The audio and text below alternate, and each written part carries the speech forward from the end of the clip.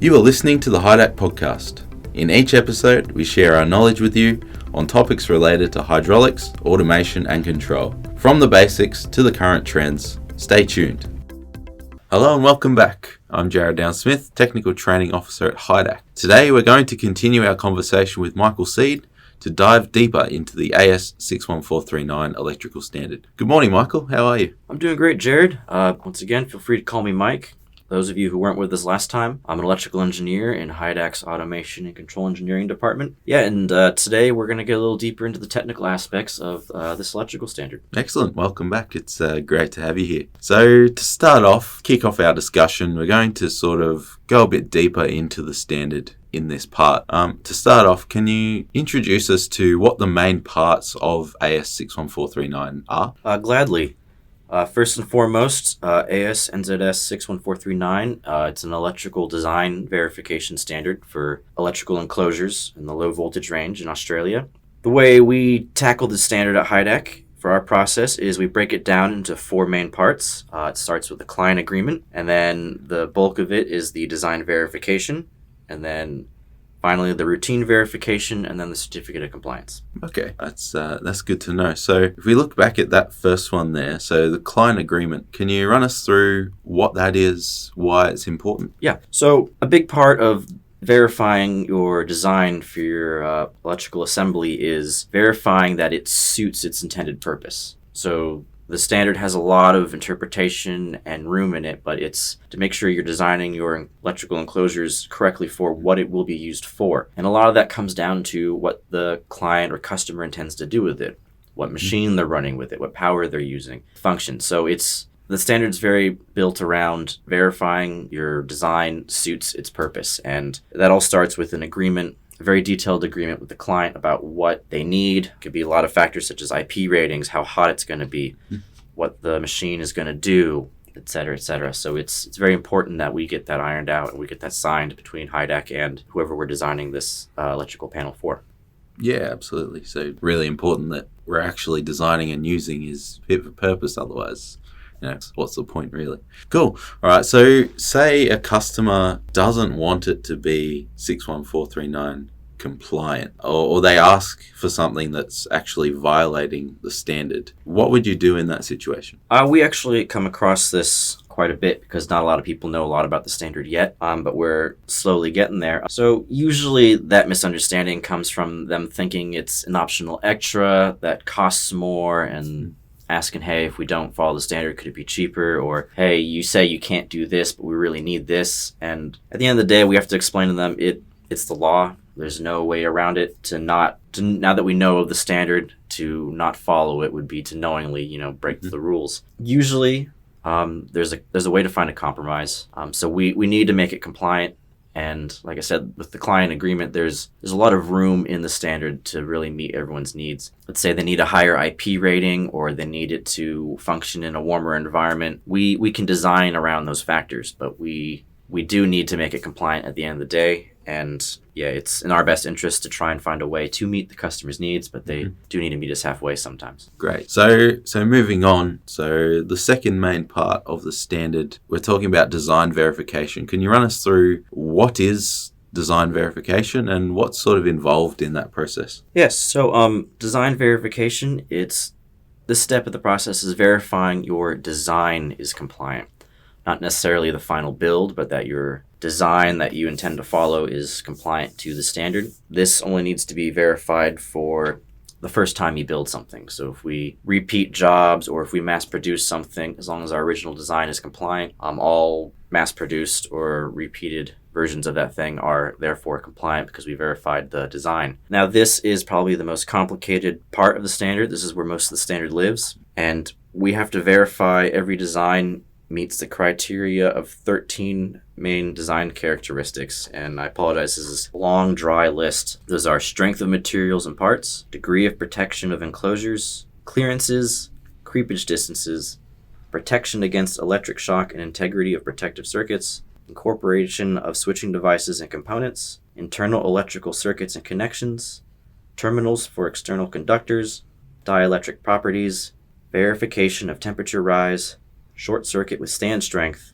electromagnetic compatibility, and mechanical operation. And every single one of these 13 characteristics has subparts in the standard that we have to follow, and every aspect needs to be verified either via testing, comparison with the reference design, or assessment. And the definition of what's involved in all three of those options and which ones you could use for each characteristic depends on each characteristic, and it gets quite complicated and in-depth at times. Our biggest weapon in meeting all these characteristics, and where probably the root cause of most of our cost increases lately, is original manufacturer data sheets of all of our materials and components. When we use pre-compliant parts, it helps our compliance process go smoother and quicker, and oftentimes those more expensive or those pre-compliant components happen to have a larger price tag than everything you could find on eBay or back alleyway. So that leads to that. And yeah, there's a lot of work in a lot of those characteristics, and we've done a lot of work here at HYDAC to streamline our process by trying to standardize all of our designs as much as we can.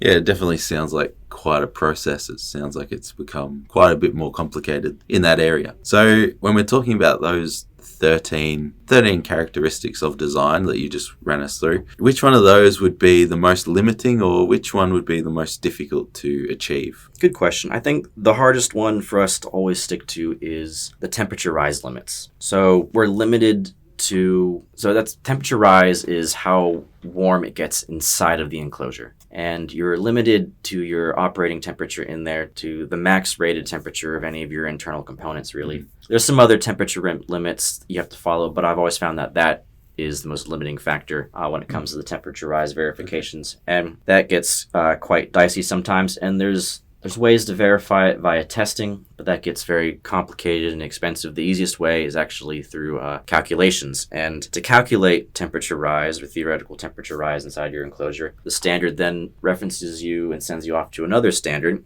IEC 60890, which sends you through a whole process of calculations and whatnot. We've actually developed a handy-dandy little calculation tool in our internal servers here that makes it a lot easier for us now, but that took me quite a while. That took me several weeks of putting together. But yeah, here in Australia, I find this one quite difficult because Australia gets warm.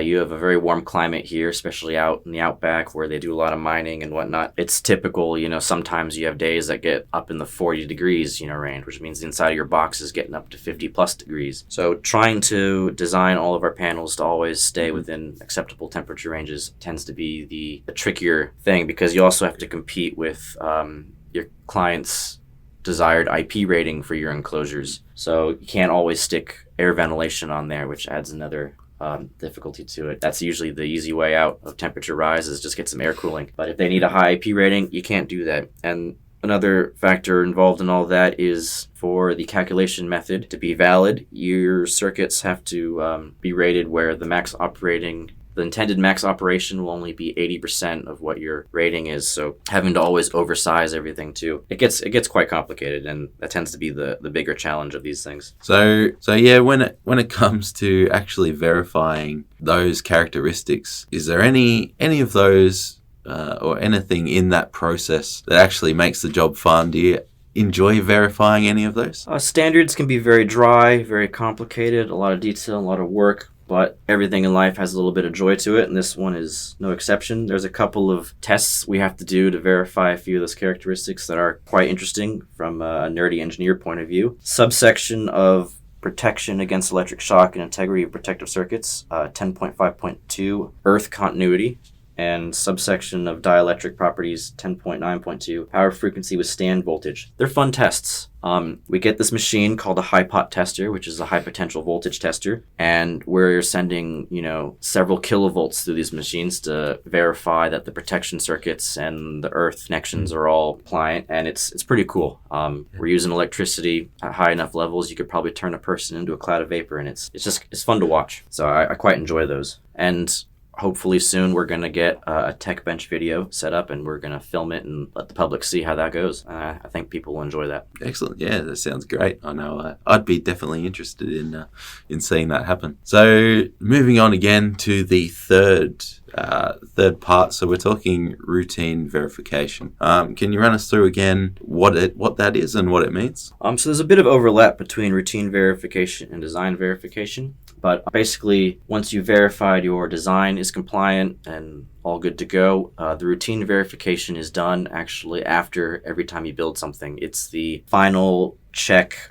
quality check on your production team's workmanship and craftsmanship, and to make sure that the product going out the door is actually built to the design. And yeah, it's a checklist of inspections and tests that we follow after we finish building every single panel and before we install it or ship it. Excellent. Yeah, definitely important to maintain the quality and make sure what you're sending out is matching, what you've been working on throughout the whole process. So that's excellent. So I think the final one, so we're talking the certificate. So certificate of compliance, who actually issues that? And can you run us through what it is? Sure. So 61439 is a self-assessed standard, which is why we've put a lot of work into our own design verification process. So we issue that certificate ourselves. And what it is, it's a legal promise between us and who we're giving our product to, that we swear this meets the standards and we're willing to stand by that and present evidence on a legal standing